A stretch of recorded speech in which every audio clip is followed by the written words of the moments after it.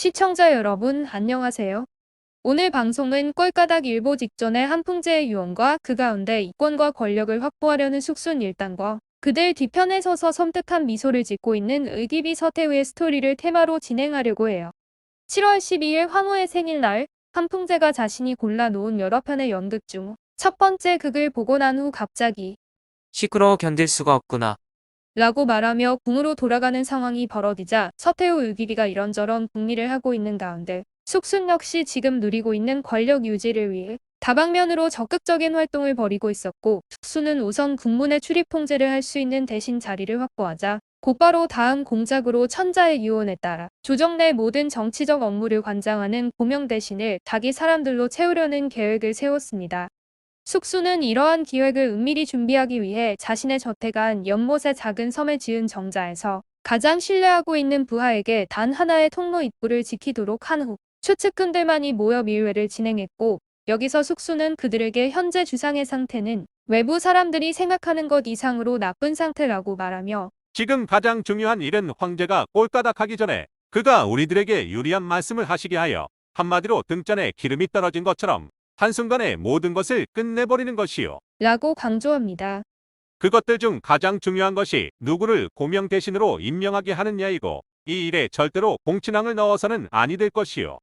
라고 말하며 숙수는 최측근인 두한과 단화 두 사람에게 과연 누구를 고명 대신으로 할 것인가를 물었고, 그들은 우리 셋과 경수, 목은, 관원, 초우영, 도합 일곱이 가장 좋다는 결론을 내린 후 기회를 만들어 황제에게 직접 건의하기로 결정했는데, 만약 황제가 그들의 생각을 그대로 받아들여 준다면 실상 황제 사후의 조정 실세는 숙순 일당이 되는 것이 확실해 보였죠. 사실 한풍제는 이미 오래전부터 당장 오늘 꼴까닥 한다고 해도 전혀 이상하지 않은 상황이라는 것이 조정 내 모든 인사들의 생각이었고, 의기비나 숙순의 암암리에 진행되는 이러한 계획은 과거의 상황으로 본다면 사실 당연한 일이었습니다. 만약 조만간 황제가 꼴까닥한다면 가장 중요한 일은 황제의 장례를 치르는 것인데, 거기에 필요한 물품도 수천 가지였고, 이 모든 것을 준비하고 황실 전례에 따라 장례를 진행하는 것은 공변상의 대신들이고, 이들은 명예직 이기의 숙소는 이것에는 별다른 신경을 쓰지 않았지만, 황제가 꼴까닥했을 경우 가장 중요한 것이 황제가 놓을 관을 준비하는 것이었고, 황제의 관은 운남성에서 나는 나무로 만들기 때문에 이미 준비하여 황목장에 보관해 두었고, 숙수는 그것을 극비리에 가능한 빨리 옮겨올 것을 명합니다. 한풍제는 겨우 정신을 차리긴 했지만 이런저런 일들을 놓고 하문할 기력도 남아있지 않았는데, 오후에 3령이 들어간 탕약을 마시고 빙설탕으로 단맛을 낸 제비둥지 미음을 먹고 편안히 낮잠을 자고 깨어났을 때 그의 컨디션은 생각보다 좋은 것 같자 황제는 급히 숙순을 불러들입니다. 황제에게 불려온 숙순이 우선 황제의 마음을 달래기 위한 말들을 하기 시작하자 황제는 숙순을 제외한 모든 관원들을 퇴청하도록 하명하였고, 그것은 분명 매우 중요한 것을 숙순에게 하명하기 위함이었는데, 숙순과 단둘이 남게 되자 황제의 입에서 나온 말은 황후와 의기비 서태후에 대한 말이었고, 황제의 말은 오히려 숙순의 입장에선 그의 입장을 유리하게 끌고 나갈 수 있는 내용이었죠.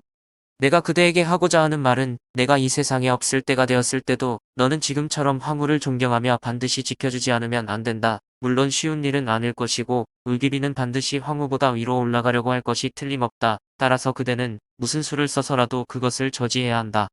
다만 의기비에게도 나름 명분도 있을 것이다. 그런 거로 의기비로부터 방비하지 않으면 안 될 것이지만 지나쳐서도 안 될 것이노라.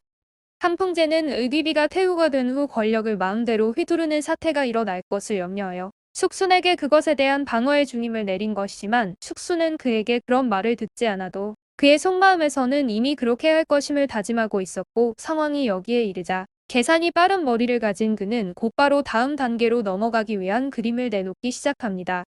황제 폐하, 두터운 은혜에 의해 중임을 하명받은 이상 본골쇄신하여 그 엄명을 따르도록 하겠나이다. 그리고 한 가지 여기서 죽음을 무릅쓰고라도 말씀을 드리고 싶은 것이 있사옵나이다. 지금부터의 책임은 중차대합니다. 부디 황제 폐하의 명령으로 몇 사람의 충성된 신하를 지정해 주신다면 힘을 합쳐 하명하신 것을 어떻게든 달성할 수 있지 않을까 생각하옵나이다. 숙순의 말이 여기에 이르자 한풍제는 그것은 고명 대신을 말하는 것인가? 하고 물었고, 숙수는 대답을 하지 못한 채 바닥에 머리만 계속 조아립니다. 숨쉬기조차 힘겨운 황제를 너무 몰아세우듯 할 수도 없고, 그렇게 해서는 득될 게 없다는 것을 잘 알고 있는 숙수는 밀당을 하며 결국 황제의 입에서 고명 대신들을 누구로 정하면 좋다고 생각하느냐는 말이 나오게 했지만 몇 번 더 사양하듯 밀당을 한 후에 패거리들과 미리 짜놓은 이름들을 조심스럽게 강한 어조로 뱉어냈지만 황제가 그런 게 좋은가? 그렇게 하는 게 좋겠는가? 라는 말을 하고 더 이상 말을 하지 못하고 눈을 감고 힘들어하는 모습을 보이자 일단 자리에서 물러나오기로 하죠. 자리에서 물러나온 숙수는 황제에게 부탁할 일이 많기에 오늘 같은 기회를 한 번 이상 더 만들 수 있으면 좋겠다고 생각했지만 황제는 자기들이 원하는 것을 그냥 넘어가 주기 쉽지 않을 것이란 것도 알고 있기에 지금으로선 모든 것에 대한 말과 행동을 조심하고 신중하게 해 나가야 정적들 특히 여우 같은 의기비로부터 공격을 받아 밀리지 않을 수 있다는 것을 잘 이해하고 있는 그였습니다. 오늘 방송은 여기까지이며 구독과 좋아요를 꼭 눌러주실 것을 부탁드립니다. 시청해주셔서 감사합니다.